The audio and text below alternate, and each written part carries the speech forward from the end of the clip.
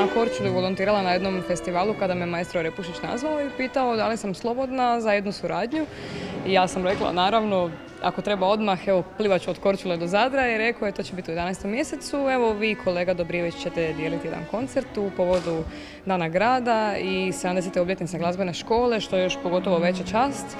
I sad smo tu.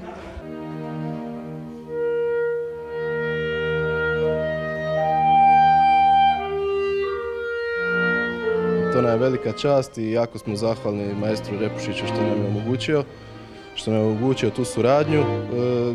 Izvešćemo svak po 2 dijela, jedno s orkestrom i jedno sa solistom. Sa orkestrom Mozart Divertimento u B-duru, KV 137 i Rossini introdukcija, tema i varijacije za klarinet i orkestar.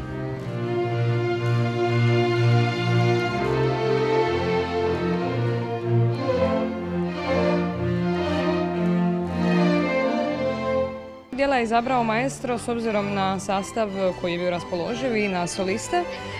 Moja solistica je Paula Bralić, violončelistica, ona će svirati Andante cantabile od Čajkovskog, a ja ću sama sa orkestrom izvesti Respigijeve antičke plesove i arije. To je ujedno bio i moj prijedlog, on je to prihvatio i evo tako je došlo do toga.